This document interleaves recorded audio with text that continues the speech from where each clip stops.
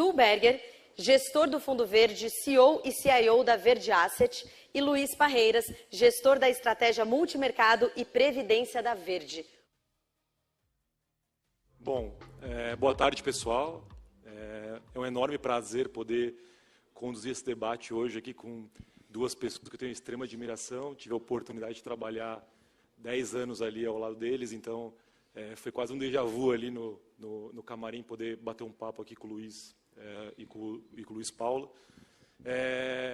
A Verde, para quem não conhece, é uma das maiores assets do Brasil, tem cerca de 35 bi de reais sob gestão, tem o fundo mais conhecido do Brasil, com histórico excepcional, aí, mais de 25 anos de história, e a gente vai bater um papo aqui super aberto. Acho que vale a pena falar, além do tema principal, Brasil, falar um pouquinho de mundo, dado o que a gente tem visto aí de, principalmente, Banco Central americano, juros em alta, etc. Então, eu queria começar perguntando para o Luiz.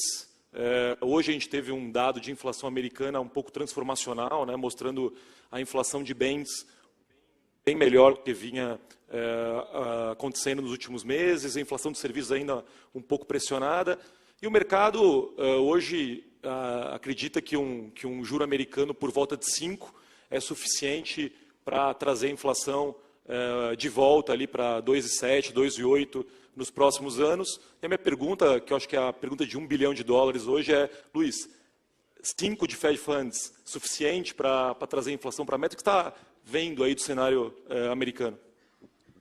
Qual Luiz? Luiz Tuberger. Então tá bom. Eu começo, depois o HP, como ele é conhecido, continua. Olha, eu vou te dizer, eu fiquei surpreso com esses dados, né? Minha posição é que isso is not done yet, entendeu? Vamos dizer, acho assim, você trazer inflação de 9 para 5, né? Que hoje, tanto o CPI cheio quanto o Core CPI, principalmente, estão bem acima disso, né?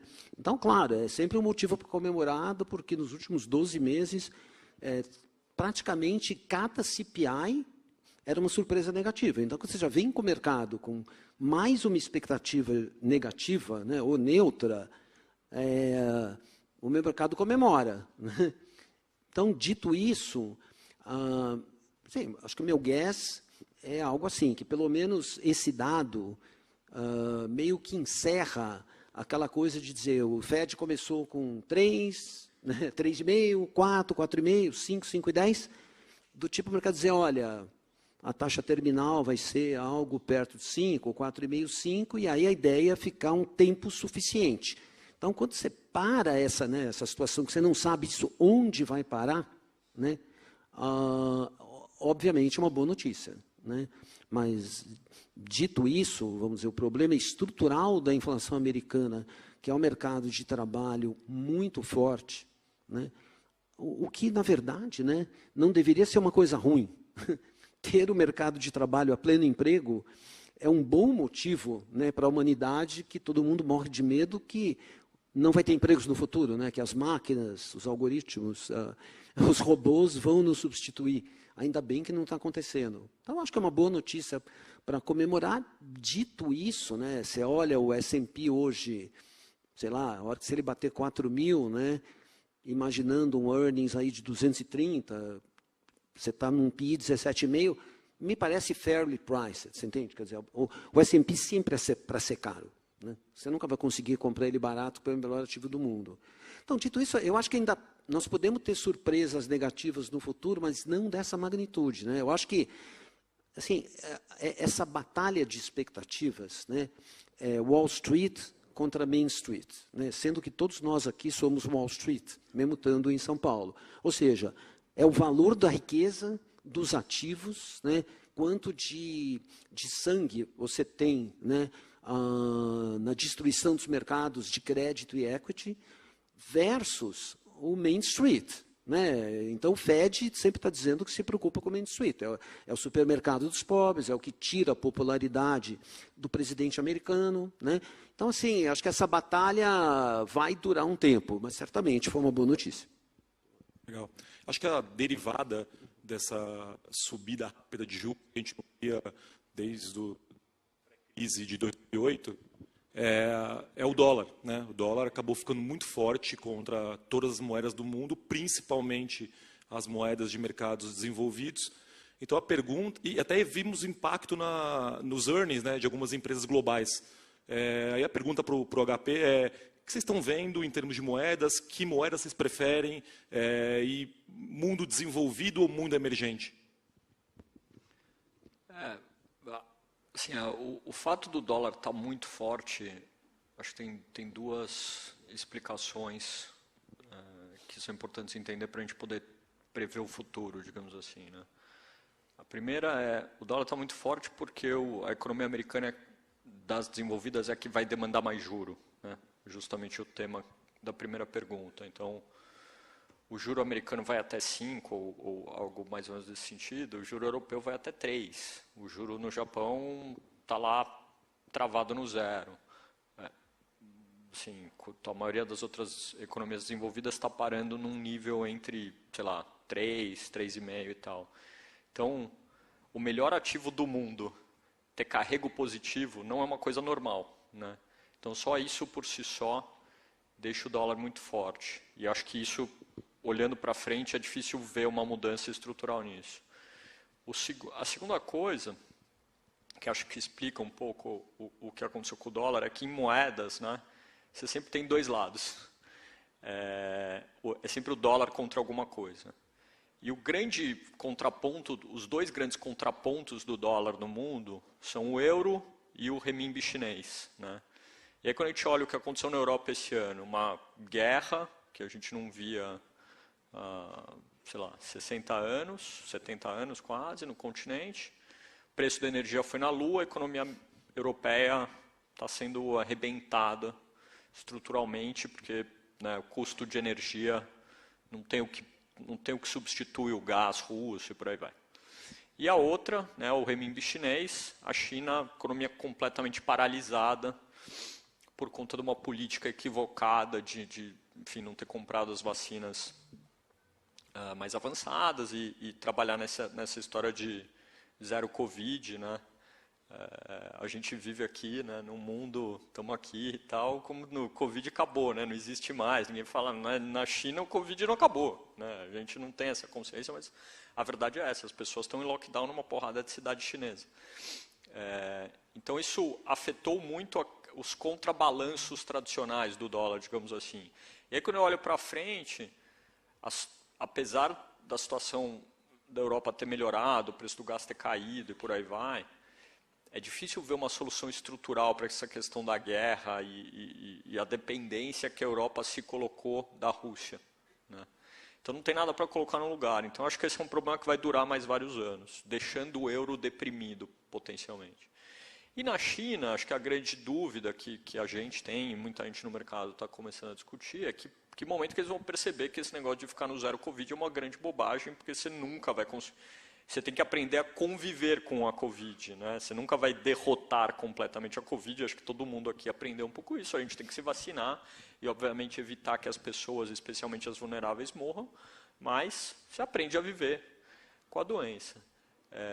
Então, isso talvez para 2023 dê uma estabilizada na situação do renminbi e da China como um todo. Então, colocando tudo isso na balança, assim, a gente acha que o dólar deve continuar forte.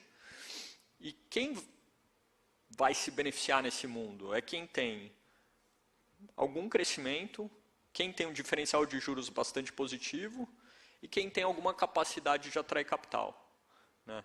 Tem poucos lugares do mundo que checam todas essas caixinhas, né? Um deles é o dólar, o outro talvez seja o México, né? Então o peso mexicano é uma moeda que acho que tem potencial de continuar se valorizando. É a melhor moeda do mundo no ano, deve continuar se valorizando. E um terceiro lugar era o nosso belíssimo Brasil, né? Até hoje. Então, a gente tem juro, bastante juro, né? O principal item da nossa pauta de exportação é o juro real, né? A gente tem algum crescimento razoável, né? E o que todo mundo queria saber, né? E a gente acabou de passar por esse ciclo eleitoral ultra complexo e ruidoso e por aí vai, é se a gente já ter políticas estáveis que permitissem que esse crescimento se realizasse e esse juro fosse ganho, de uma certa maneira.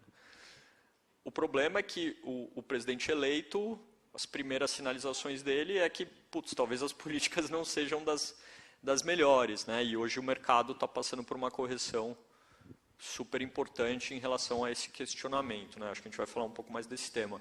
O real é um bom candidato para ser uma moeda que se valoriza e que, né, ganha dinheiro, especialmente pela diferencial de juros grande.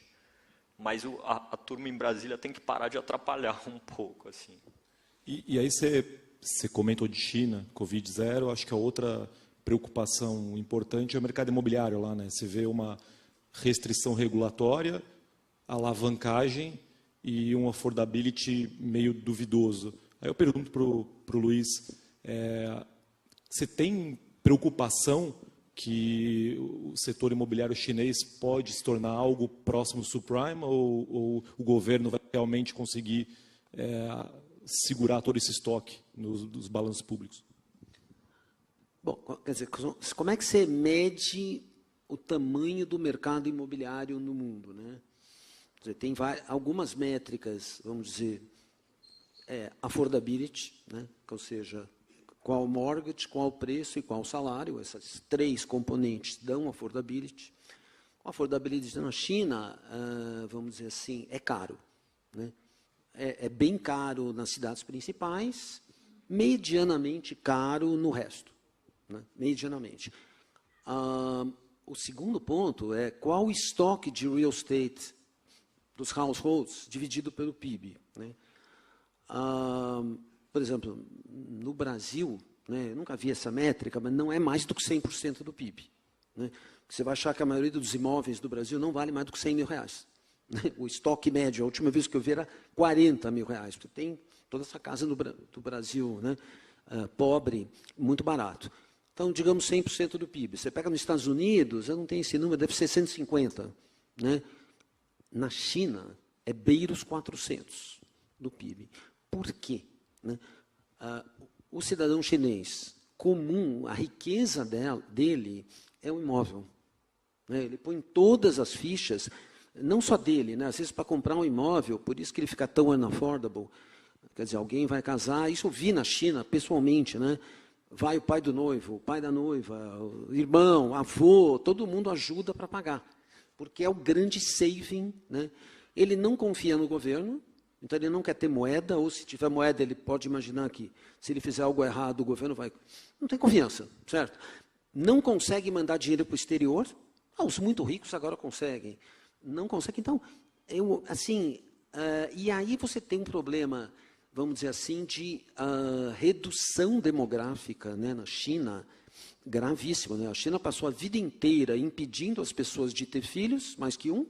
Agora está implorando, né, para quem quer ter 2, mas os chineses não querem, né? Como o mundo inteiro não quer. Então, assim, independentemente do problema no leverage das construtoras, porque leverage de construtora, para evitar um colapso, o governo sempre pode ajudar. Não é que é uma ajuda infinita, mas é uma ajuda mensurável, custa dinheiro. Agora, você não pode pegar um negócio que é 400 do PIB, né, e querer, e assim, vamos dizer...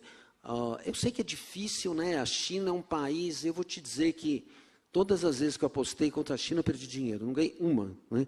Então, é difícil, eu já até desisti. Então, não tenho posição contra a China, mas eu acho que isso é um acidente waiting to happen, de verdade. Agora, as coisas na China levam muito tempo, os bancos nunca vão reconhecer os prejuízos, né? O governo deixa marcar mercado, não deixa marcar mercado, as coisas lá, né? Enfim, mas acho que isso é um negócio para se levar a sério. Agora, se a China piorar, não é necessariamente horroroso para o mundo, entendeu? Porque faz o preço de commodity cair, né? Uma situação, vamos dizer, da Covid na China, meio que está nos salvando de ter o petróleo mais caro, né? A China está consumindo algo como 1,5 milhão a 2 milhões de barris a menos por causa da Covid, né? Que é um negócio nonsense, né? O Xi não quis comprar nenhuma vacina do Ocidente, né, por uma questão política, né? Você tem os malucos, né? O China, o Bolsonaro também não queria, acabou se rendendo, mas, assim, isso está custando, e agora ele não quer dar o braço a torcer, né? Porque não pode dar o braço a torcer, porque se eu tivesse comprado Pfizer e Moderna, a China não estaria passando pelo que está, né? Então tem, assim, a gente está vivendo num mundo onde os países que tem uma pessoa que manda, né? Que é o caso de China e Rússia, e de uma certa forma uma teocracia iraniana e a Coreia do Norte, really big problem, né? Digamos assim, a gente estava meio que acostumado nos últimos 20 anos a pensar que eleição a cada 4 anos é um problema, porque chama o populismo, né? E nós brasileiros somos craquíssimos nisso, né? Mas não só nós, né? Um monte de país latino é assim. E os países que não têm eleição, digamos assim, não podem ter políticas de longo prazo de melhor qualidade, porque ele não tem que se preocupar em fazer populismo eleitoral. Mas agora isso virou um negócio perigosíssimo por outros motivos. Sim. E no final das contas, toda subida de juro rápida tem os seus primeiras vítimas, né? A gente viu, nesse caso, as criptomoedas, o mundo de VC, que estava quase num metaverso aí, que levantava capital em qualquer situação, e os bancos europeus, que também eram um acidente esperando para acontecer, dado o retorno sobre o capital. Tem alguma oportunidade aí dessas coisas que caíram muito? O que vocês estão vendo para esse cenário?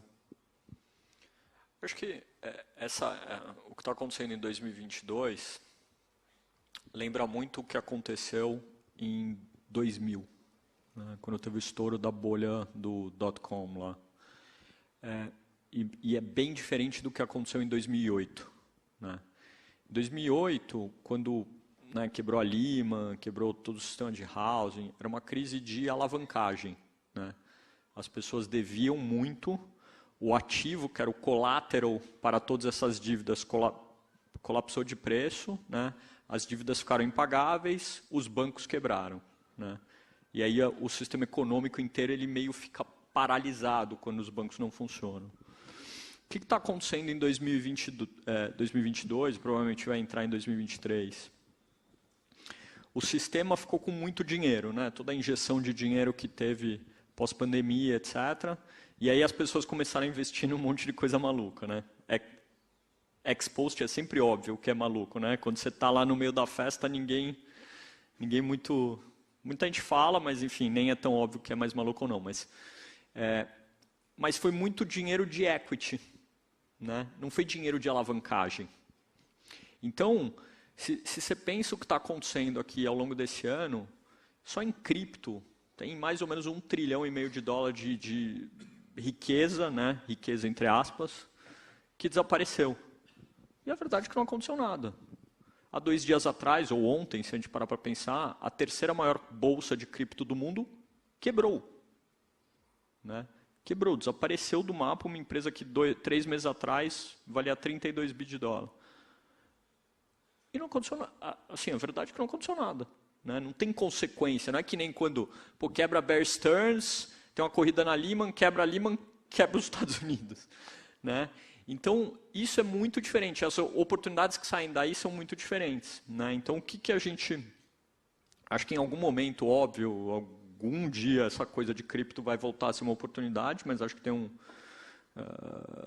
longo inverno pela frente. Acho que no mundo de VC vai ficar muita gente pelo caminho. Mas quando você tem crise de equity, o que acontece? Onde que aparece a oportunidade? Você tem boas empresas que precisam levantar equity, e aí no momento onde o custo do capital está muito alto. Né? Então, é um pouco isso que a gente está olhando. Puta, quem vão ser as empresas americanas que vão precisar de equity e vão ficar muito baratas? Quem são as empresas brasileiras que não vão ter equity e vão precisar tomar uma dívida que vai te dar retorno de equity, mas com proteção de dívida? Esse tipo de coisa que a gente tem pensado muito. A escassez de capital que a gente está vivendo vai trazer um monte de oportunidade, ainda mais com o juro tão alto. Né? Então, acho que tem um pouco... É um pouco assim que a gente está olhando, é tentar achar onde tem retorno de equity, mas sem necessariamente você precisar correr totalmente o risco de equity. Só sobre juros, eu só queria fazer um comentário assim de maneira genérica. Né? como chegamos nesta bolha, tá? Lá fora, nos Estados Unidos, tá? E na Europa. Tem duas teorias a respeito, tá? Que são, digamos, complementares. Uma é o que aconteceu de 2011 a 2019, ou 2009 a 2019. Por que eu falo 11? Porque Estados Unidos foi 8 e a Europa foi 11, né? Quando quebrou a Itália e a Espanha. Mas você junta os dois, são 10 anos que o mundo não teve inflação. A China continuou exportando deflação, os bens industriais, a inflação era 0, né? Serviços 3, dando uma média take it or give it de 1,70 nos Estados Unidos, nunca chegou ao target 2, né? E na Europa, menos ainda do que isso, né? Com juro nominalmente negativo. Você não teve inflação, mas durante esses 10 longos anos, né, você teve um mundo onde a taxa longa de juros era grotescamente baixa, né? Quando você pensa assim, no 10-year German Bund, no 3rd-year German Bund a -1, acho que foi até pior que isso, -2, é como se eu invisto hoje 1.000 euros e daqui a 30 anos eu vou ter 500 euros, né? Porque a taxa é negativa. Então, quando você dá uma taxa muito negativa, alguns tipos de bolhas começaram a se formar. Demorou um pouco para começar, porque você vinha com real estate muito baixo, né, até equilibrar e tal, né? Os Estados Unidos ficou muito sem construir housing, né, nessa década, por conta do que sobrou em 2009. As bolhas mais óbvias, que levaram muitos anos para serem construídas, foram em real estate, né, tech, venture capital e cripto, né? Mas tudo tinha juros, né, tudo, né, porque a busca por yield virou uma busca por yield alavancado. Agora, vamos pensar assim no universo de tech VC. Tá? Vamos pegar um exemplo que é o maior. Tá? Tem o N, mas eu vou citar aqui o Tiger Global, que é imenso. Né? O cara vai lá, tem um empreendedor que quer dinheiro. Né? Então, você faz uma rodada de capital, daqui a 24 meses, você faz um IPO, né, por 3, 4 vezes o que você pagou. Obviamente, todos os demais dessa indústria falam assim, poxa, eu também quero. Então, ele vai lá e paga mais. Né? Porque você não paga pelo que vale, você paga pelo preço que você vai vender. Né? Isso é só um exemplo. Isso foi se formando ao longo do tempo, claro, baseada também, quer dizer, o ARK, né? Quer dizer, a inovação, future, tudo isso é verdade, mas começaram a ter valuations. Imóveis, né, por conta de um mortgage muito baixo, começaram a subir. Então, você chegou na Covid com um environment, digamos assim, não é inflação de ativos, você entende? Mas de precificação de ativos, que não conta na inflação. Né? Isso aqui não está no cálculo da inflação. O cálculo de inflação é rental equivalent, mas o renta, né, por conta do juro baixo, também não subia muito. Você entra na Covid, né? Todo mundo fica desesperado, é a segunda teoria. Né? Os governos vêm, começam a dar dinheiro, maciça, yield cut control, massivo QE, né? Cheques para todo mundo, né? trilhões de dólares em cheques. Tá bom, ninguém esperava que a vacina viesse tão rápido. Né? É fácil falar depois. Chega em setembro, outubro de 2020, tinha a vacina. Ou seja, deveriam ter parado por lá. Mas não, os bancos centrais continuaram em 2021, e a coisa mais bizarra, que eu acho que o ECB estava fazendo o QE até abril desse ano, sei lá, o QE, de repente vai do modo QE para o pânico. Né? E o governo americano continuou assim também, ele acordou um pouco antes. Aí, claro, você pode culpar a Covid, porque teve disrupção de cadeias produtivas, né? Você teve né, 0 serviços, a demanda de bens industriais foi 30% ou 40% maior que no mundo, junto com disrupção de cadeia, aquela história, não tinha carro novo, carro usado triplicou de preço. É verdade, mas, no fundo, você está numa junção de 2 fenômenos. Digamos assim, pensando aos teóricos do MMT ou do Yield Curve Control, fala o seguinte, estava tudo muito bom até a Covid aparecer, a Covid foi um puta de um azar. Ok? Então, isso é um negócio que quem gosta disso fala que a culpa é da Covid, que depois que acabar, leva 1, 2 anos, tudo volta ao normal. A verdade é, meu guess, é que os bancos centrais não vão voltar no futuro a juros longos tão negativos, entendeu? Porque o juro curto, mal ou bem, você tem regras de Taylor, então você consegue imaginar qual é um juro de curto prazo de equilíbrio. O grande erro não é o juro de curto prazo, é não ter nenhum prêmio no longo.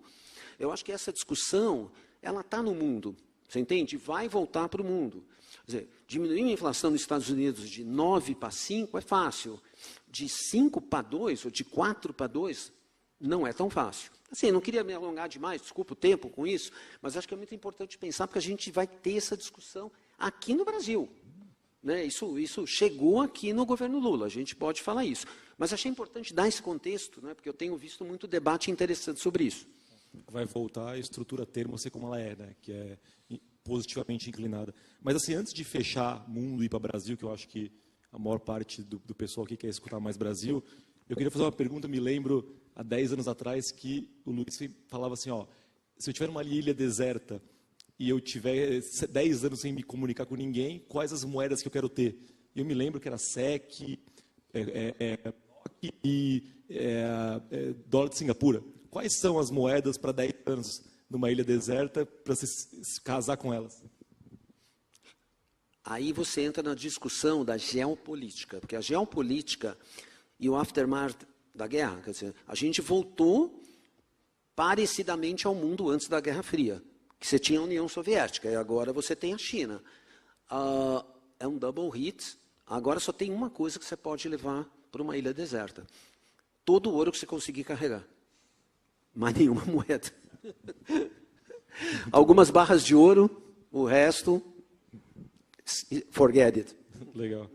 Bom, vamos mudar o tema para o Brasil. Acho que, inegavelmente, a gente tem que discutir aqui o novo governo. E, necessariamente, as primeiras impressões não são boas. E temos visto muita comparação com 2003, 2010, no qual você tinha uma situação fiscal bem diferente da atual. Margem de manobra era bem diferente. Queria saber quais as primeiras impressões, o pânico de hoje é justificável, o que poderia ser feito para a gente voltar a ter um mercado organizadamente em termos de preços aí para os próximos dias. Primeiras visões aí da transição. Eu vou passar aqui a palavra para o Parreiras, porque esse relatório de gestão que atribuem a mim, ele que é o alter ego que escreve. Né? Então, a ideia brilhante desse último relatório de gestão foi dele. Né? Está muito bom. Né? Eu mais que eu fiz é aprovei, concordo, mas deixa ele dar, depois eu continuo. Acho que o relatório que o Luiz está falando, que a gente soltou do fundo essa semana, a gente fala um pouco disso. Né? O governo eleito, né, naquele primeiro discurso de vitória ali no domingo à noite e tal, parecia um governo de coalizão, né, voltado mais para o centro. Né?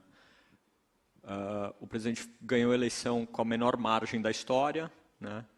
E, na verdade, não foi ele que ganhou a eleição, né? Foi o presidente atual que perdeu a sua reeleição, provavelmente, né? por conta de rejeição e tal. Então, o que pareciam os sinais iniciais era, pô, entendi o recado, né? Vou fazer um governo de coalizão. E vinha na campanha inteira falando, pô, no meu primeiro mandato, né? O Lula falou isso N vezes, quando eu fui presidente, eu fui fiscalmente responsável. Né? É o que eu chamei de la garantia soy yo. Né? Acredita em mim porque eu já fui. Bom, ok. Fez um discurso de coalizão. Na primeira semana, né, que foi a semana anterior, o mercado comprou essa tese. E todos os ativos brasileiros performaram bem. Né? O Brasil era um país que estava pouco investido. Como a gente estava falando antes, é uma moeda que, né, tem coisas a seu favor, era um mercado acionário razoavelmente barato. Né? Então, o que aconteceu aqui? O real valorizou, a bolsa valorizou, a curva inteira de juros futuros caiu. E aí veio, assim, a gente tem que começar a transpor do discurso para a prática. E na prática, o que aconteceu, ou que está acontecendo aqui nos últimos dias, é que o governo que parecia ser um governo de coalizão, com uma política econômica de centro, digamos assim, né, com influência do Alckmin, do Pércio e por aí vai, né, muito se discutiu o nome do Meirelles, está parecendo uma reedição do governo Dilma, né? Começando nessa coisa meio maluca que vai se fazer um pacote fiscal sem ter ministro da Fazenda, né? Você vai fazer o orçamento da sua empresa, não tem gerente financeiro, não tem CFO, não tem nada. Como que faz isso? Né? E as decisões estão sendo tomadas lá por um grupo de políticos, né, Mercadante, Glaze, que a gente sabe o legado que deixou ali de nova matriz econômica, todo o desastre econômico que foi construído ali no mandato da Dilma. Os 2 mandatos, né? Então, o governo hoje, o governo eleito, né, tem um problema muito claro, que é uma inconsistência absurda entre discurso mais ao centro e a prática totalmente irresponsável fiscalmente, né? Essa PEC do waiver, a verdade é assim, para manter os R$600 de Auxílio Brasil e mais dar um aumento marginal do salário mínimo, que são as 2 prioridades que o Lula falou desde o começo, precisava de pouco mais de 70 bi. A gente foi de 70 bi para 175 bi. Gente, aonde vocês acham que vão parar esses 100 bi? Entendeu? Vamos fazer coisa, sabe, assim, gasto desnecessário. A verdade é essa. Os políticos, e nenhum político vai ficar contra isso, né? Porque o político está lá preocupado, quero ter a minha emenda, quero ter o orçamento secreto, quero que seja pago, e por aí vai. Se sobrar mais um dinheiro aqui para educação, tudo bem, não vou ser contra, né? Então, a política está totalmente sem âncora da realidade. Ela está à mercê dos desejos de todo mundo. E enquanto a gente não se ancorar de volta na realidade, o mercado vai ficar punindo, né? O mercado vai pedir mais prêmio, de uma certa maneira. E é por isso que a bolsa cai e o dólar sobe. Até onde isso vai, é difícil dizer. O Lula, historicamente, deu mostras que é um cara que ouve dos 2 lados, né? Então, está recebendo um recado. Agora, ele vai ouvir? Ninguém sabe, né? Não tem ministro. Esse eu acho que é, no fim do dia, o grande problema aqui do governo hoje. Ele fala assim, la garantia sou eu, o mercado deu um voto de confiança e todas as ações que ele tomou desde então foram na outra direção. Foram na direção de irresponsabilidade fiscal. Num país que tem taxa de juros de 13,75%, dívida PIB de 75%, a gente, 175 bi são mais ou menos 1,7% do PIB de gasto a mais, entendeu? Você vai colocar o país num déficit primário para o ano que vem. A questão é complicado, assim, fazer tanta bobagem tão rápido, né? E tem um pouco essa coisa da não linearidade. Acho que o mais difícil no mercado é você saber quando que ele vai ficar. Tá tudo bem, tudo bem, tudo bem, e aí, bum, não está nada bem, né? Que acho que é um pouco essa transição que a gente está acontecendo hoje. Então, tem sim um pouco de exagero, claro, né? Quando a bolsa cai, num dia que a bolsa americana está subindo 4%, a nossa bolsa está caindo 4%, né? Então um delta de 8%. Num dia onde todas as moedas estão valorizando contra o dólar, algo como 2%, 1,5% a 2%, o real está caindo 4%, então tem mais um delta de 5,5% ali. É muito grande os movimentos. Em algum momento, o Brasil fica barato de novo per se, né? Não é que está tão longe daqui.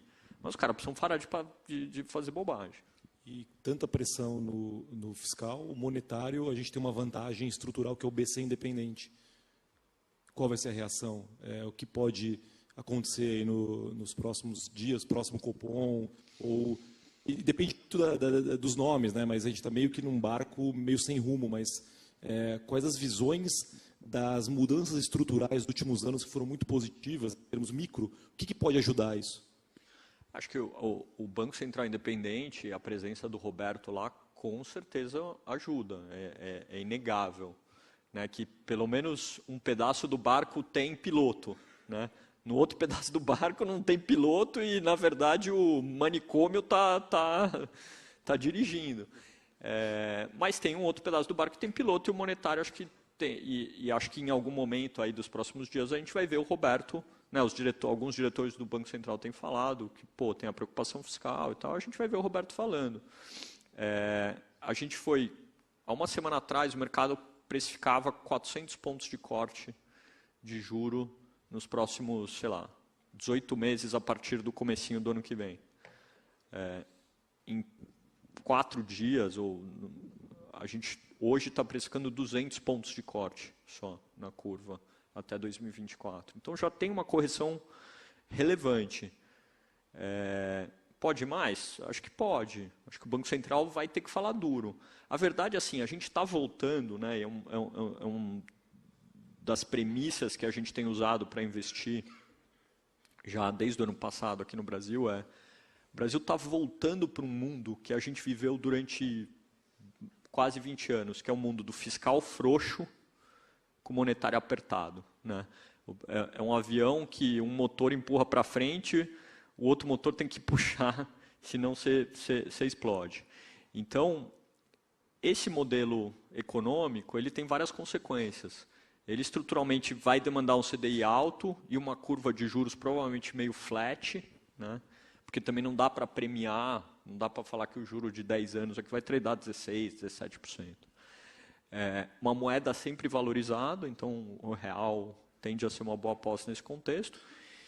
E todas as outras coisas, né, bolsa, todos os investimentos que competem contra o CDI, contra esse juro baixo, vão sempre sofrer, né? Vai ser difícil. É um mundo bom para quem é incumbente. É um mundo ruim para quem é o disruptor. Por quê? Porque custo de capital na lua, pouco acesso a crédito e por aí vai. Esse mundo de juros, se não resolve o fiscal, né, a gente vai ficar com esse juro alto muito tempo. Quer dizer que vai ser 13,75? Não, pode ser 12, não acho que vai mudar tanto a equação. Mas é aquele mundo que a gente viveu entre 2017, 2017 em diante, quando entra o Temer, faz o teto dos gastos, depois vem reforma da Previdência, né, a gente passou a ter um fiscal apertado, e aí o monetário pôde ficar frouxo. E aí é quando o juro vem de 15 para 7. Né? Depois a gente tem uma alucinação lá de 7 para 2. Mas o Brasil ter juro normal, digamos, de 7%, 8%, me parece que não é uma coisa que a gente vai ver de novo nesse ciclo. Né? Então, isso tem muita consequência para o jeito que a gente investe, para o jeito que todo mundo investe. Posso concluir que NTNB de médio prazo e, eventualmente, olhar o câmbio em algum nível para começar a ter uma posição mais positiva no câmbio seriam as melhores apostas aí nesse cenário? Olha, assim, quer dizer, a gente aqui, né, tá todo mundo meio chocado com isso, porque você esperava um Lula moderado e etc. Né? Assim, eu gosto de tentar interpretar o que vai na cabeça do Lula, né?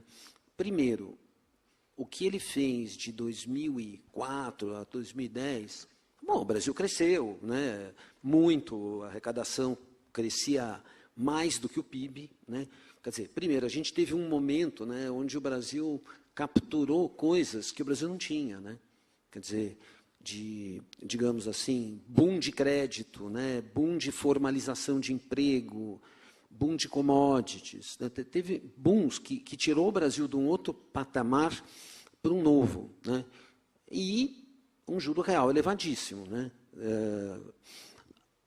Assim, isso se equilibrou durante um tempo e essa é a memória que o Lula tem, né? Ou seja, no único jantar que eu tive com o Lula esse ano, para muito pouca gente, ele falou, eu vou repetir o que eu fiz naquela época, né? Porque o governo tem que ser o indutor do desenvolvimento. Tá?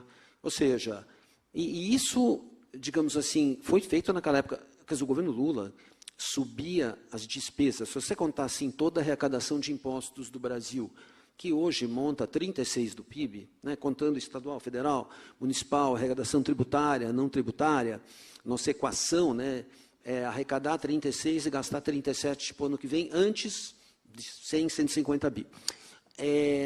Pensa assim, 6,5% de 36, dá 200 bi por ano de aumento de gasto real, todos os anos, né? Todos os 8 anos do governo Lula. Teve 7, o primeiro ano não teve. Então, assim, ele tem essa memória, né? E ele diz, para quem quiser ouvir, ele diz para mim, se eu botar 70 milhões de pessoas da classe D na classe C, você que é empresário não vai lucrar, né? Você que vende coisas, você não estava feliz no meu... Ou seja, vamos fazer isso, vamos esquecer o fiscal, né? Vamos esquecer os gringos, a Faria Lima, whatever, e aí daqui a pouco o PIB cresce muito, né?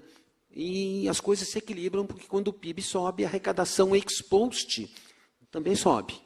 Quer dizer, é um jeito genérico da esquerda pensar. A outra coisa que não é tão óbvia é o seguinte, é o medo do bolsonarismo. Na medida, quer dizer, isso eles não confessam publicamente, mas tipo assim, o Bolsonaro sempre vai ser um adversário, vamos dizer, muito forte. Não é o tipo de oposição, o bolsonarismo, que se tinha do PSDB, né? A oposição do PSDB é aquela, né, que o general de Gaulle chamava da grande maioria silenciosa. Ela não se manifesta, não vai nas ruas, ela está a favor de algumas causas, mas ela está bem trabalhando e tranquila. Você tem uma outra visão, né, muito clara disso.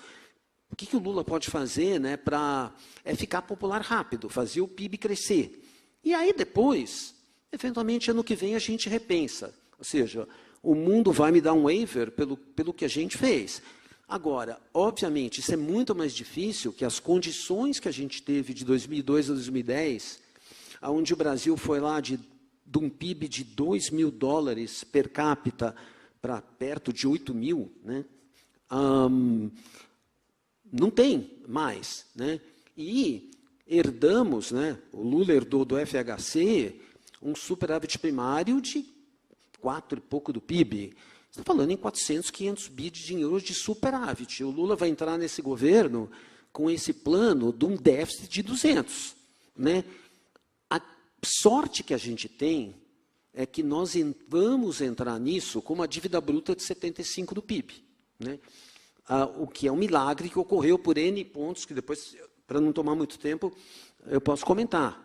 Mas eu acho que tem essa mentalidade, quer dizer, eu acredito que essas pessoas, primeiro, boas, eu estou falando do voto do 1 contra 3 do Pércio, né? Provavelmente os 3 não acreditam que esse modelo que deu errado no hemisfério norte, né? Gaste muito, juro negativo, se deu por erro dos bancos centrais. A culpa é da Covid. Então, isso aqui, sooner or later, vai voltar, e isso pode também funcionar no Brasil. Né? Então, esse aqui é o perigo, você entende? Eles vão pagar para ver. Claro que tem aí uma medida, 2 medidas que os governos se importam. Né? É com o preço do dólar e com o preço do Ibovespa. Né? Se o pré-longo, né, foi de 11 para 15, os caras lá em Brasília nem sabem o que é isso. Né? Então, assim, nós estamos num caminho perigoso, né, onde eu acho que isso vai ser testado. Eventualmente, se o mercado estressar demais antes dele tomar posse, vão diminuir um pouco. Não vai ser 200 bi, vai ser 170, né? Algo assim. Algo pode ser feito, mas na medida em que você mostra o seu DNA, vamos dizer assim, é aquela história da pasta de dente que saiu do tubo, na minha opinião, entendeu? Não é que agora... Não, vamos colocar a pasta de dente de volta no tubo. É difícil colocar a pasta de dente de volta no tubo, então é isso que a gente está vendo. Quem sabe a saída é uma fazenda com uma condição boa, né? Acho que para poder parar a sangria seria isso, né? E acho que a falta de opção no mundo emergente, né? Acho que o Brasil pode se beneficiar da falta de opção. Não faça muita bobagem que o gringo vem. Vocês concordam com isso? Acho que sim. O que infelizmente eles estão testando é qual o limite da bobagem que dá para fazer. Pô, dava para ter feito 125 bi de bobagem, entendeu? Agora 175 esculachou, entendeu? É um pouco isso que o mercado está dizendo. Até 125, pô, vai na negociação no Congresso, o Congresso obviamente vai pedir coisa. Ok. 175 tira tira o Bolsa Família inteiro, né, o Auxílio Brasil inteiro do teto por 4 anos e o Lula chega na frente da televisão e fala gasto é investimento. Pô, gasto é investimento, o deputado em Brasília fala, meu também é, entendeu? Então, o que vai acontecer? Não tem limite. Esse é o problema agora, né? Ele testou o limite e foi além. E o mercado está falando, pô, você passou, a pasta saiu do tubo, né? Agora vai pôr a pasta lá, vai se lambuzar inteiro. Esse é o problema que os caras têm hoje. Legal. Algumas pessoas têm dito a interlocutores do PT, porque eu vi isso acontecer, né? Olha o que aconteceu em UK, né? Olha o que aconteceu em UK. E acho que isso, assim, eu sei que entre hoje e 1 de janeiro tem um longo tempo, né? Talvez alguma preocupação eles tenham, entendeu? Mas vai ser assim, uma medida cosmética. Ah, tá bom, em vez de 200, é 170. Eu quero aproveitar esses últimos 15 minutinhos para mudar, falar um pouquinho de temas mais genéricos, empresa, tudo. A primeira coisa a gente tem visto o investimento na Verde Asset maior do que foi na história em termos de crédito, né? E a gente está no mesmo prédio ali, às vezes eu cruzo com o HP, e o que vocês têm visto para fazer esse movimento, e tem alguma ideia de montar alguma estratégia mais purista de crédito? Me conta um pouco sobre isso. Isso foi algo que a gente, enfim, criou há vários anos atrás, né, procurando uma maneira de investir em crédito com um retorno interessante aqui no Brasil, né? E ao longo aí de 7, 8 anos a gente veio desenvolvendo essa capacidade internamente de conseguir investir em crédito no Brasil, gerando retornos interessantes de CDI mais 4, 5, 6. Né? É isso que a gente mira. E aí a gente criou um time, criou uma capacidade, e hoje dentro, enfim, dos nossos fundos multimercado, a gente tem uma alocação relevante. Hoje no Verde, por exemplo, quase 10% do PL é dedicado à nossa estratégia de crédito. Ela tem que ser feita com muita disciplina e diversificação, né? Essas são as palavras-chave aqui em crédito no Brasil, porque uma coisa é emprestar para alguém a CDI mais 5 quando o CDI é 5. Né? Então, 10% ao ano, tem um monte de empresa que consegue pagar. Quando o CDI é 14, né? 20% ao ano, não é todo negócio que consegue pagar. Eu diria que muitos não conseguem. Né? Então, a gente tem que fazer isso com muita disciplina e parcimônia, enfim, mas a gente construiu isso lá dentro, né? Uma classe de ativo que historicamente a gente não dava muita atenção. E a verdade, assim, pensando de uma maneira mais macro, né, por que a gente gosta disso? Porque se o Brasil não crescer, né, e por não crescer eu digo assim, se o nosso PIB aqui crescer 1,5%, 2% ao ano nos próximos 10 anos, vai ter o investimento em equity puro, vai ser duro. Né? Óbvio, sempre tem empresa que vai muito bem e vai ser o ganhador e vai dar para ganhar bastante dinheiro. Mas num país onde o capital tem dificuldade de se compor ao longo do tempo, né, porque o nosso juro é alto, porque o nosso governo é um albatroz em si, né, uma corrente no pescoço de todo empresário, porque a carga tributária é insana, etc. Compor retorno em equity é difícil. Mas se você consegue fazer isso em crédito, né, retorno tipo de equity em crédito, aí é bem bacana de fazer. Então, um pouco essa cabeça que a gente tem. A gente vem desenvolvendo isso dentro dos fundos multimercado, já tem vários anos. E provavelmente agora em 2023 a gente deve ter produto só dedicado a isso. Né? Vamos vir contar para vocês com o maior prazer. É uma iniciativa que a gente acredita muito porque ela complementa muito bem o portfólio das pessoas. Né? Ela traz uma base de geração de carrego, né? Com pouca vol, que permite com que um portfólio vai tomar risco em outras coisas, vai tomar risco em equity, vai tomar risco em moedas em outros lugares. Né? Então, a gente acha que é super importante dentro de um portfólio essa âncora que gera retorno todo dia, lá, carregando a CDI mais 5, CDI mais 6, é isso que a gente montou lá. Legal. E para finalizar, Luiz, 25 anos, acho que 26 agora, né, de histórico do fundo, acho que dá para dizer que é um dos fundos mais rentáveis do mundo, né? O verde, em termos de hedge funds. Qual o segredo para essa consistência? Eu sei da disciplina, tudo, mas quais os segredos para tudo isso? Olha, assim, a proposta de valor do verde, ela é meio que igual desde o primeiro dia, né? Vamos dizer o seguinte, se você tentar, porque tudo no Brasil, você tinha antigamente os fundos de ações de renda fixa. Em 1995, saiu o arcabouço regulatório do que virou a ser o multimercado, né? Então, vamos dizer assim, você tem, tirando, vamos dizer, operar no exterior, que veio depois, etc., coisas que nós estamos melhorando, né? Ou estruturas de crédito, toda a parte, né, de você poder fazer estruturas que estavam só em bancos, em fundos, né? Você pode fazer praticamente tudo, de real estate, crédito, private equity, whatever. A nossa proposta sempre foi meio pegar o modelo 60-40 dos Estados Unidos e dizer, bom, como é que isso se adapta no Brasil? No Brasil vai ser um 70-30 invertido, né? Nos Estados Unidos, 60 equity, 40 renda fixa. A ideia do verde era tipo 30% equity, 70% renda fixa, porque a gente sempre tem uma taxa de juro alta e aí, no meantime, né, tentar agregar algum hedge em anos que esse portfólio não fosse bem, né? Isso é o que a gente fez a vida inteira e continua fazendo. Mas, claro, depois apareceram os fundos bias long, né, que tem um percentual em equities, long short, bias long. Mas, basicamente, o multimercado em si, o benchmark é CDI, né? O da gente sempre foi ter um pouco de equity, 30%. Hoje nós estamos muito abaixo, hein? A gente está com 15% só em equity. Porque, no limite, é muito difícil fazer market timing, né? Principalmente em ações de pouca liquidez, né? Então, claro, você pega aí depois de 21 e 22, que foram retornos muito ruins, né? Era melhor ter só no CDI, mas, assim, essa estratégia, ela funciona bem, né? Então, o que a gente busca, né, são as não linearidades, né?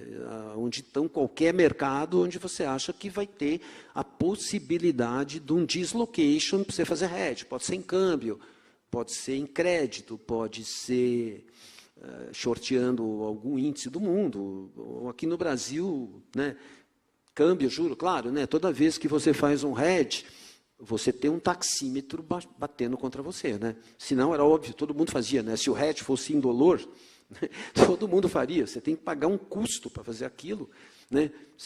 Não é de graça, né? Então, digamos assim, é o que a gente faz, né? Digamos assim, é engraçado que se eu lembrar algo que me influenciou, né, muito, então eu vou dar uma dica de leitura aqui, e que justo depois de muito tempo sem pensar nele, eu acabei pensando nele ontem à noite, né? O que me move a buscar as não linearidades é um artigo escrito em 2004, né? Algo assim por aí, né? Que se chama The Stock Market is not Physics, né? Ou seja, na economia real você tem não linearidades, né? Então, o cara que escreveu esse artigo, ele faz coisas do tipo assim, estamos no ano 60 depois de Cristo, né? Calcule o futuro do Império Romano. Era aquilo. Estamos em 1970, calcule o futuro do programa espacial americano. Estamos em 1960, calcule o futuro das despesas com educação, né, e medicina nos Estados Unidos. Quer dizer, são exemplos, né, de huge não linearidades. Então, o sonho de todo mundo que faz hedge é pegar uma não linearidade para proteger um portfólio plain vanilla de equity e renda fixa. Só que isso não tem uma regra, né? Assim, né? Para você dizer vai ser uma, vai ser outra, vai ser outra. É aquela história, 26 anos fazendo isso, você vira uma máquina de processar para tentar, porque nenhum hedge, na verdade, nada é feito, você tem que pegar um trend, né? Outro dia, até fiquei feliz, há um ano atrás, né? O dono da Baupost, como é que chama o nome dele? O Seth Garman, falou assim, eu tenho que executar meu instinto, porque depois que sai o dado, aí é tarde, né? Aí está no preço. Então, Não é fácil executar instinto, porque na hora você não tem dado para provar. Mas, às vezes, você pode fazer testes. Né? Então, por exemplo, o negócio do ouro. Né? Quer dizer, eu olho a situação, pô, você é um chinês, você é um russo, né? Você é um cara do Middle East, e vê lá os Estados Unidos chegando e bloqueando seu dinheiro. Eu acho que, sooner or later, as pessoas, os governos e os bancos centrais vão querer ter mais ouro.